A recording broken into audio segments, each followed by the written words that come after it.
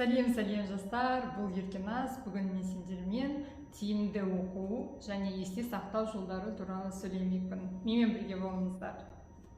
Қазіргі таңда біз көріп жүргенде, мысалы, бір ақпаратты оқыған кезде тез ұмытылуы мүмкін, өйткені ақпарат өте көп және көп нәрсе бізді көңілімізді бөледі. Ал зерттеулер бойынша 70% ақпарат бір айдың ішінде ұмытылады екен, ал 30% ақпарат қалғаны бірнеше айдың ішінде ұмытылады. Және бұл факт. Ал 19 ғасырда Гербен Эмихаус неміс ғалымы осы есте сақтау жолдары мидың функциясын зерттеп, ұмыту қисығы деген зерттеуге келген. Бұл бойынша кез келген ақпаратты оқығаннан кейін 20 минуттан кейін оның 40% ұмытылады дейді.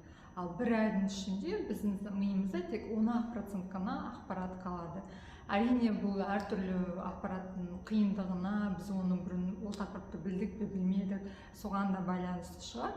Бірақ бұндай ұмыту қисығын көргеннен кейін, енді біз оқылған білімімізді ұзағырақ миымызда сақтау үшін не істеуіміз керек? Мен бұл кітаптың жауабын Make It Stick, бәрін есте сақта деген Генри Дигер және Макданиелдің ақш-тың ғалымдарының кітабынан жауабын таптым. Бұл кітапты жазған авторлар когнитивистиканың үлкен мамандары және өмір бойы осы мидың жұмысы, есте сақтау, адамдар қалай оқиды, соған байланысты өзінің зерттеулерін арнаған екен. Және бұл кітапқа 11 когнитивистика ғалымдарының үлесі бар. Бұл кітапты мен барлық мұғалімдерге, оқытушыларға оқуға және өздерінің жұмыстарына қолдануға кеңес беремін. Бұл кітап бойынша біз қазір ақпаратты қайта оқи беріп, оны автоматты түрде жаттауға тырыссақ, бұл ешқандай тиімді емес деді. Олардың айтуы бойынша бірнеше тиімді оқу техникалары бар және мен сіздермен соларды таныстырамын. Бірінші, ол белсенді еске түсіру және қайтадан соны қайталау. Ол мысалы бір кітапты оқығаннан кейін, ақпаратты алғаннан кейін, оның артындағы сұрақтарға жауап беріп, жаңа терминдер болса, соны өз тілімен түсіндіруге тырысу керек. Және алған жаңа ақпаратты басқа достарыңызға түсіндіру арқылы өздеріңіз жақсы есте сақтайды екенсіздер. Не болмаса, дидактикалық карталарды қолдануға болады. Дидактикалық карталар туралы менің жеке YouTube видеом бар, төменде оған сілтеме қоямын. Және тағы да бір жолы ол тестілеу. Тестілеу біз кең таралған бізде, біз оны ОБТ-да қолданамыз, университеттерде мұғалімдер онлайн курстарда тестті қолданады. Тестілеу ол интеллекттің көрсеткіші емес, ол тек қана осы оқу құралы ретінде ғана қарастыру керек екен. Олар бір зерттеуге сілтеме жасайды. ақш-та бір университетте екі группаға бөлген екенді, адамдарды бір группада осы ақпаратты алғаннан кейін олар тест жасаған екен бірден, ал екінші топтағы жастар ақпаратты оқығаннан кейін үйлеріне қайтқан. Кейін бір айдан кейін осы экзамен ұйымдастырған кезде бірінші тест жасаған топтың балалары экзаменді жоғары көрсеткішке тапсырып, екінші топтағы балалар төмен тапсырған екен. Сөйтіп тестілеудің пайдасы өте көп екен. Өйткені біз алған ақпаратты өзіміздің миымыздан еске түсіріп, жауап беруге тырыссақ, оның бәрі біз үшін пайдалы. Екінші тиімді оқу жолы ол интерливинг, яғни әртүрлі байланысты тақырыптарды араластырып оқу. Егер қазір ОБТ-ға дайындалып жүрсеңіздер, мысалы химия мен физиканы бір күнде оқу, не болмаса математика мен геометрияны бір күнде араластырып оқуға болады, сонда тиімді болады екен. Не болмаса қазір жаңа жұмыс бастасаңыздар, жұмыста мүмкін 10 процедура бар шығар. Сонда сіздер процедураны біріншісін оқып бітіріп, екіншісін оқып, бірінен кейін бірін оқығанша, бір процедураны кішкене оқып, кейін екіншісіне, үшіншісіне, төртіншісіне кішкенеден оқып, аяқтаса, сонда сіздерде оқу процестеріңіз тиімдірек болуы мүмкін. Және осы интерливингтің тағы бір түрі ол вариативті оқу. Бұны түсіну үшін сіздерге тағы бір зерттеуге сілтеме жасаған. екі топқа бөліп, бір топтағы баскетболисттар 1 метр қашықтықта ғана допты торға лақтыруға тырысса, екінші топта торға 1,5 және 0,5 метрде қашықтықта лақтырған екен. Бір аптадан кейін екі команда баскетбол ойнаған кезде екінші топтың баскетболисттары үлкен көрсеткіш көрсеткен. Өйткені шын өмірде баскетбол ойнағанда баскетболисттар әртүрлі қашықтықта допты торға лақтыруы мүмкін. Сондықтан екінші топтың баскетболисттары оған дайын. Кітапта тағы бір мысал келтіреді. Өнер студенттері, мысалы Ван Гог, Дали, Мане әйгілі суретшілердің жұмыстарын зерттеп анықтау түсіну үшін оларды бірінен кейін бірін оқығанша бәрін бірге араластырып жаттап, олардың айырмашылықтары мен ұқсастықтарын түсінуге тырысады екен де, кейін оларға бір тапсырма келген кезде олар бірден қай суретші екенін анықтай алады екен.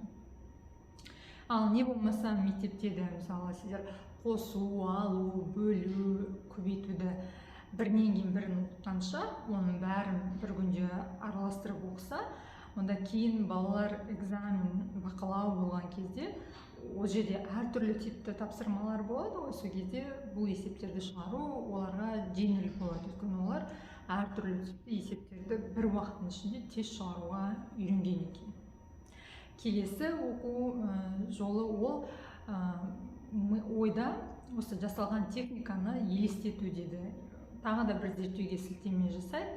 Футболисттарды екі группаға бөліп, бір группада футболисттар тек қана бір ай бойы физикалық тренировкалар жасаса, екінші группада физикалық тренировкаларға қоса медитация жасап, олар сол үйренген футбол техникаларын мида елестетеді екен.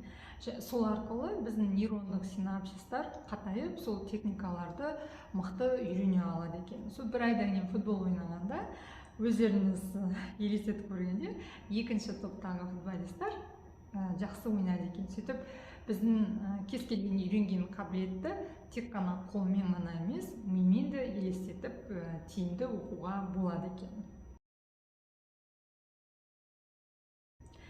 Келесі тиімді оқу жолы бұл есте сақтау сарайы. Енді өздеріңіз мүмкін көрген шығарсыздар. Үйде, мысалы, кухняда тек тамақтар, мына жақта тек киімдер, мына жерде тек кітаптар деп өздеріңіз әр жерге бір заттарды қойсаңыздар, кез келген затты тез табасыздар, иә?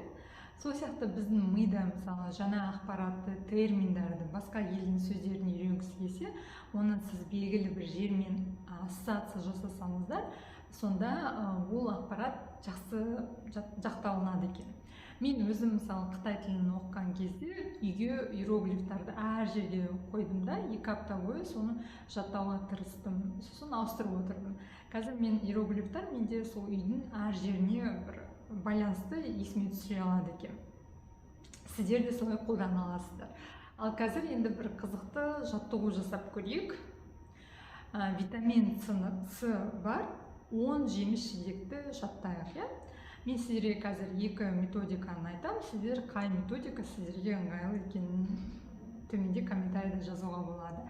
Мысалы, витамин С бар 10 жеміс-жидек, ол бірінші қызыл бұрыш, жасыл бұрыш, киви, апельсин, құлпынай, брюссель капустасы, брокколи, грейпфрут, дыня және кәдімгі капуста.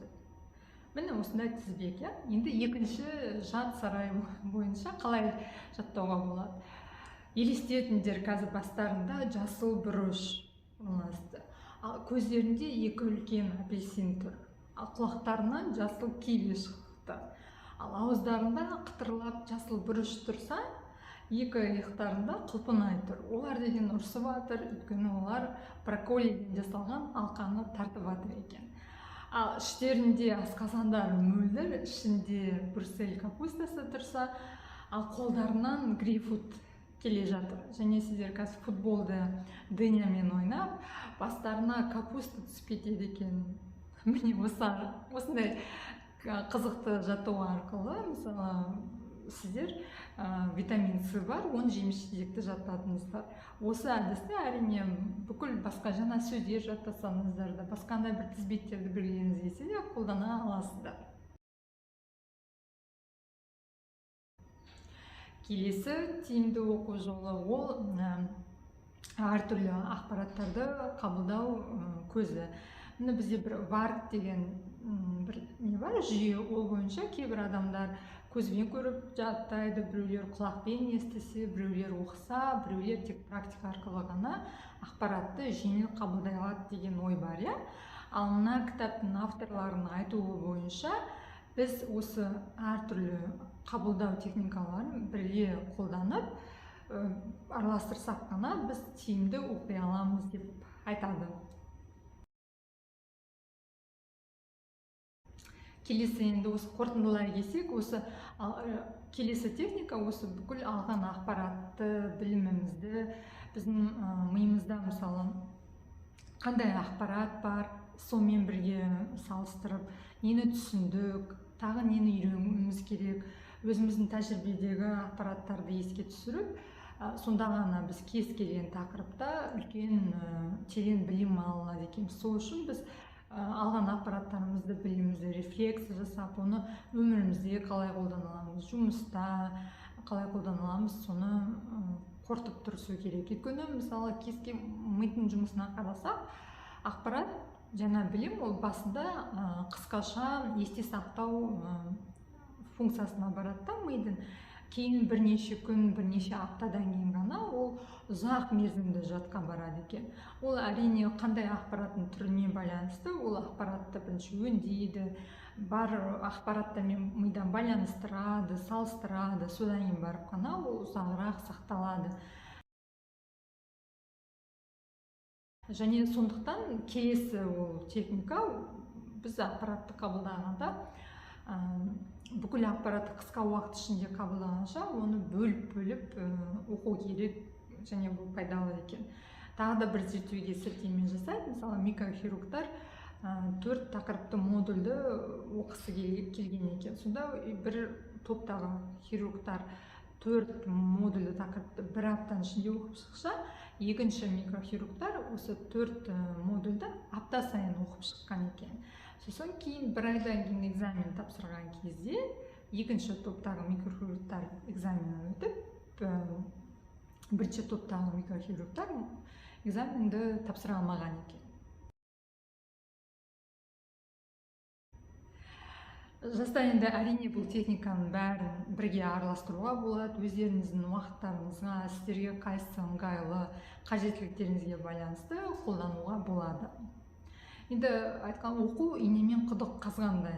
Шынымен осы кез келген алған ақпаратты, білімді, қабілеттеріңізді ұзағырақ миларыңызда сақтап, кез келген уақытта қолданыларыңыз келсе, үлкен талпыныс керек, көп еңбек керек, және уақыт бөлу керек. Кейін осының бәрі еңбектеріңіз ақталар.